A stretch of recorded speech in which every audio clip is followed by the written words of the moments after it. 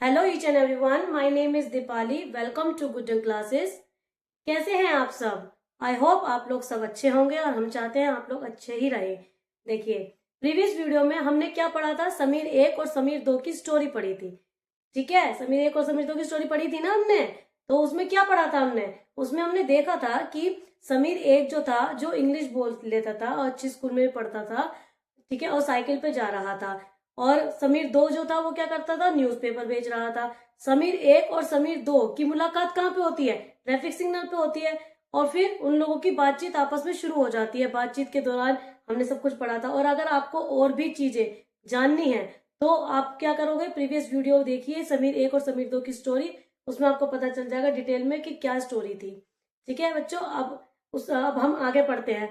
आगे बढ़ने से पहले हम ये देखेंगे कि कल हमने आपको होमवर्क दिया था। किसी किस बच्चों ने होमवर्क किया था? किसी ने नहीं मुझे बताया, ना किसी ने मुझे कमेंट किया। प्लीज बच्चा, जब पढ़ा करो तो प्लीज होमवर्क भी किया करो। क्यों? क्योंकि वो इसलिए जरूरी है क्योंकि जब हम कोई भी चीज पढ़ते हैं ना, और हम जब क्वेश्चन के आंसर निकालने लगते खुद से ही, तो उससे हमें पता चल जाता है कि हमने स्टोरी कितनी पता चल गई है, कितनी हमने समझी है। सिर्फ ये एक जरिया होता है हमारे को जानने के लिए कि कोई भी चीज हमें कितनी आई है। प्रीवियस वीडियो में जो हमने आपको होमवर्क दिया था, उसका पहला क्वेश्चन था, नेम 3 वेज इन विच समीर एक एंड समीर दो वर डिफरेंट। किन किन 3 तरीकों से समीर एक और समीर दो एक दूसरे से डिफरेंट थे? चलिए देखते हैं। While समीर एक is more familiar with English, Sameer do speaks Hindi. Although they both are more at home in different languages, they still communicated with each other. They made the effort to do so because this was what was important to them. Sameer एक को क्या आती थी? English आती थी। समीर दो को हिंदी आती थी। दोनों की भाषाएं अलग अलग थी। उसके बावजूद भी वो क्या कर रहे थे? वो एक दूसरे के लिए एफर्ट्स डाल रहे थे, बात करने के लिए एफर्ट्स डाल रहे थे कि उन एक दूसरे से वो बात कर पाए, चाहे उनकी जो लैंग्वेज थी वो दोनों अलग अलग थी। हम लोग ऐसे करते हैं ना, कोशिश करते हैं बात करने की, अगर हम किसी को दोस्त बनाना हो तो। ठीक है, देखते हैं, आगे देखते हैं। समीर एक एंड समीर दो also come from different religious and cultural background. while Sameer एक इज अ हिंदू, समीर दो is a Muslim, different religious and cultural background such as these are an aspect of diversity. अब देखिए, समीर एक और समीर दो। समीर एक क्या था? वो अलग कल्चर से बिलोंग करता था और रिलीजियस से बिलोंग करता था। और जो समीर दो था वो अलग कल्चरल और रिलीजियस से बिलोंग करता था। समीर दो क्या था? मुस्लिम था। और समीर एक जो था वो हिंदू था। लेकिन उसके बावजूद भी, इतनी डाइवर्सिटी होने के बावजूद भी क्या था? वो लोग एक दूसरे से बातें कर रहे थे, एक दूसरे के दोस्त बनना चाह रहे थे। अब दूसरा क्वेश्चन क्या था हमारे होमवर्क का? हमारे होमवर्क का दूसरा क्वेश्चन था, did these differences prevent them from becoming friends. तो क्या इतने डिफरेंसेस होने के बावजूद भी क्या वो लोग फ्रेंड्स बने थे? हाँ बने थे, जरूर बने थे। क्योंकि बने थे ना, स्टोरी में आपने देखा था कि दोनों के दोनों दोस्त बने थे, जबकि वो मोमडन था और वो जो था हिंदू था। समीर एक और समीर दो क्या मोमडन था, है ना?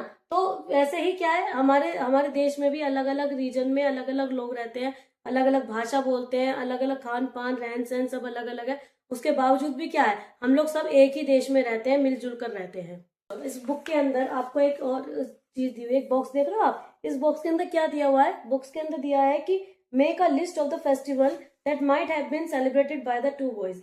आपको फेस्टिवल्स की लिस्ट बनानी है जिसमें दो लड़के हैं। कौन कौन से? समीर एक और समीर दो। ये दोनों अलग अलग जो फेस्टिवल सेलिब्रेट करते थे, उनकी लिस्ट बनानी है। ये आपका होमवर्क। दूसरा, can you think of a situation in which you made different friends with someone who was very different from you, right a story that describes this. तो इसमें क्या करना है कि आपने कोई दोस्त बनाया, आपका फ्रेंड बनाया, और वो आपसे बिल्कुल अलग है।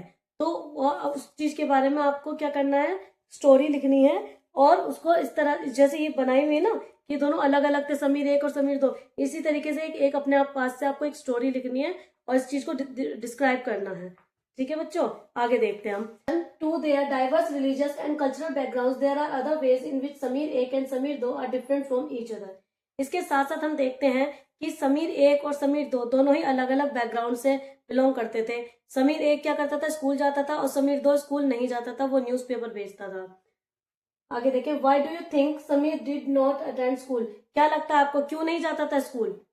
Do you think it would have been easy for him to attend school if he wanted to. क्या आपको लगता है कि वो इजी रहा होगा उसके लिए स्कूल जाना? अगर वो चाहता भी हो तो स्कूल जा सकता था वो?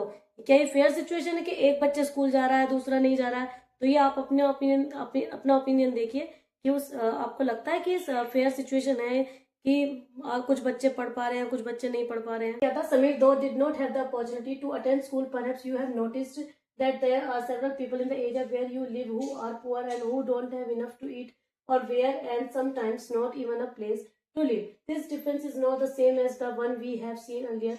Here we are talking not to of difference but of inequality. Inequality comes about when a person does not have the same resources and the opportunity that are available to other persons.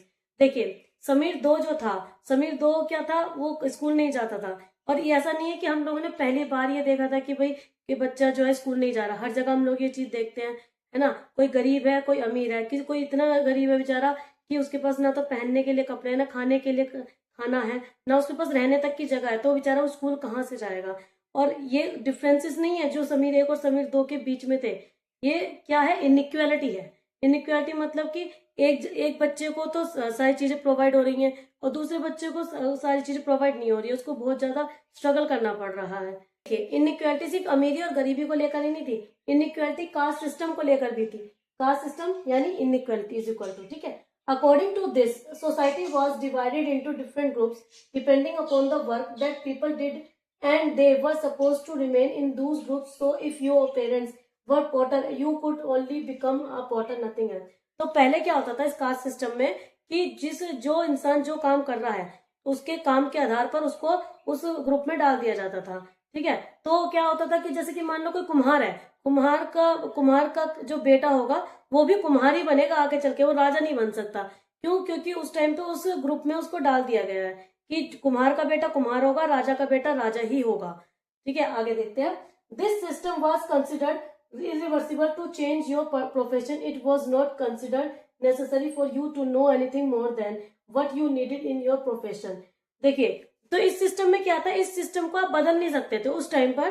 क्यों? क्योंकि देखो, जो कुम्हार का बेटा है तो वो सिर्फ कुम्हार मतलब वो पोट बनाना ही सीखेगा, वो ये नहीं कि वो तलवार चलाना सीखे, क्योंकि उस टाइम पे इस चीज को करना बिल्कुल सख्त मना था कि जो अगर जिस प्रोफेशन में जो आपके पिताजी हैं उसी प्रोफेशन में आप भी रहोगे, ठीक है। देखें, तो ये क्या करती थी, ये इनइक्वालिटी को पैदा करती थी, इनइक्वालिटी बनाए रखती थी।